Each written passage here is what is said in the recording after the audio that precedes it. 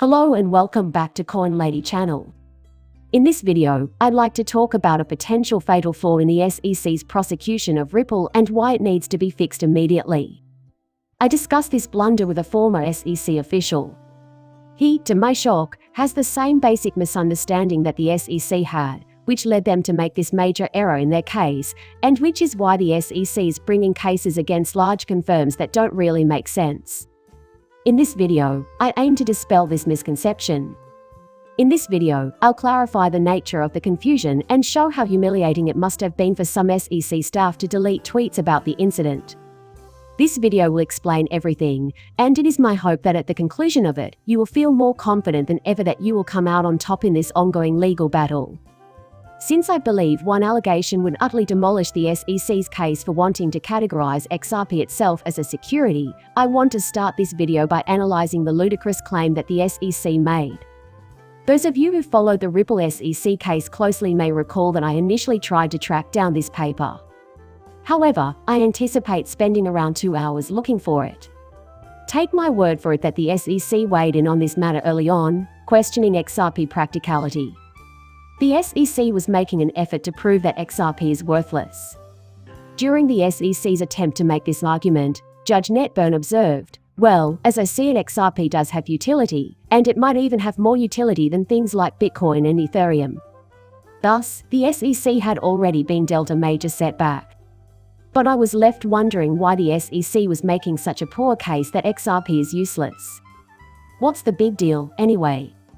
Is their only goal to provide capital for the XRP ledger? Is there another, more important reason for them to make this claim?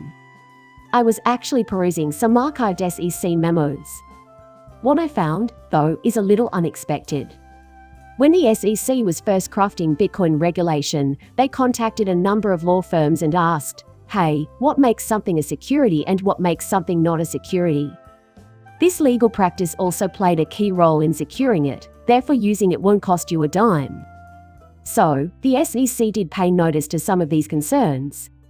They told the SEC that equities aren't a good example of micropayments since they can't be used in the same way as a utility token. This legal firm is alerting the SEC to the importance of practicality in determining whether an asset is a security. The SEC is desperately trying to get away from the fact that something is not a security if it has no intrinsic value. One of the main reasons the SEC tried to argue that XRP had no use is because if XRP is shown to have utility, their entire argument would be debunked. The SEC is also aware of this, since we are currently perusing a letter addressed to them in which this same remark is made. This law firm maintains that if a token has practical use, it is not a security.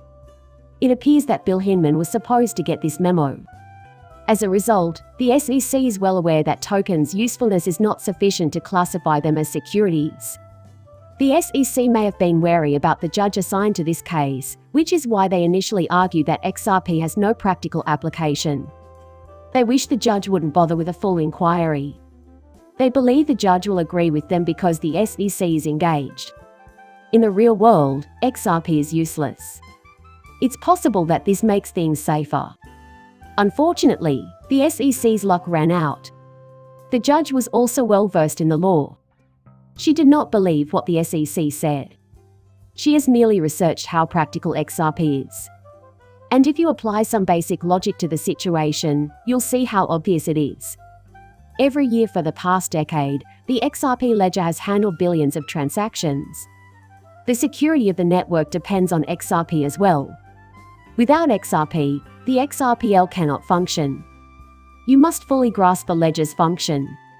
The XRP ledger can function, hence XRP has practical applications. And as we all know, the usefulness goes far beyond that. XRP can be used for international money transfers. In addition to providing liquidity, it can be used to gain access to the decentralized exchanges built into the XRP ledger. The SEC's assertion that XRP is useless was, therefore, without merit.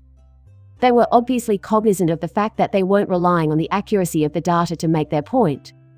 They based their entire case on the assumption that this was true, and that if it wasn't, none of their other points would matter. As a result, the SEC's hypocrisy was quickly revealed.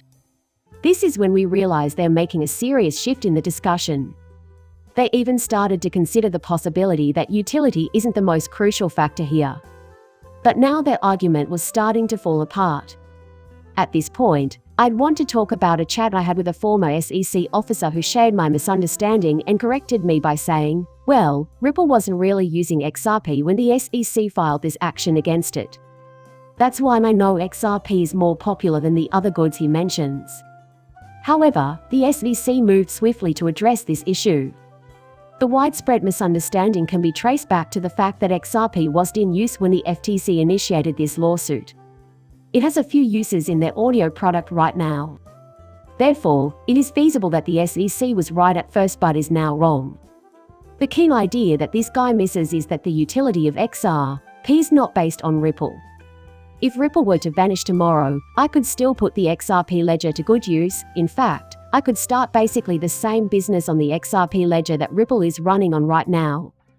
If the Ripples vanished. If I could run that effortlessly, it wouldn't matter anyhow. Since 2013 also. This has always been the case. XRP utility has never been limited to the confines of a single company. Since Ripple hadn't yet begun to use XRP for OTL transactions when the SEC initially filed this lawsuit, it makes no sense. As useful as XRP is now, it was useful then. These government officials can't fathom what happened a decade ago. It's quite funny now that I've called him on it. I also got no reaction from him. He ignored this data completely. Therefore, you obviously already knew that I was right. XRP was helpful back then. He simply never bothered to investigate. He just looked at the SEC's claims, which were that Ripple is the reason XRP is valuable.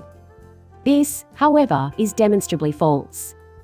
That's why so many third-party interveners like John D. filed amicus papers. The tweet was deleted when John D. reacted to the user and effectively ended the debate by rebutting the argument that XRP is currently a security. He vehemently denied such a claim, saying it was baseless. Similar to how the Howey case's orange groves did not transform into securities. Even if Ripple sold XRP in an unregistered issuance of securities. Chinchillas did not become a security in the middle of verse 10 any more than whiskey did in the Glen Aldring case, and neither does XRP. Additionally, despite the fact that an asset is offered and sold as an investment contract, thus becoming a security, the nature of the underlying asset is unaffected. Like an orange, XRP is still just digital code even after the SEC's ruling that Bitcoin is not a security. And after having Howey, my crypto lawyer, who is actually the one who drafted Senator Loomis's legislation, confirm that no federal appellate court has ever ruled that the underlying asset involved in an investment contract transaction is also an investment contract, his legislation bill was signed into law. My amicus brief says, I challenged the SEC and told the judge that the SEC couldn't point to a single case in the past 76 years that found the sale of an investment contract to be an investment contract as well. No examples could be provided by the SEC. The SEC made the obviously incorrect allegation that XRP had no practical application. They made a terrible mistake by doing this. They did this because they knew that if anyone even hinted that XRP could be useful, their entire argument would be completely demolished. XRP can be used independently of the Ripple network. There is no noticeable Ripple effect. The SEC's attempt to invoke 76 years of precedent to justify its position on XRP is, therefore, deeply flawed. The SEC will never be able to prove that XRP is a security. Even though the judge exposed the SEC on day one, no one is buying their desperate attempt to obfuscate the facts by arguing, oh, it doesn't have utility. In addition, 30 amicus briefs defended Ripple, claiming that their use of XRP had nothing to do with the Ripple Corporation. The SEC bungled this situation badly. This litigation will therefore result in them breaking the law. I really hope this was helpful and reassured you that XRP will never be considered a security. In the end, please like and subscribe as always.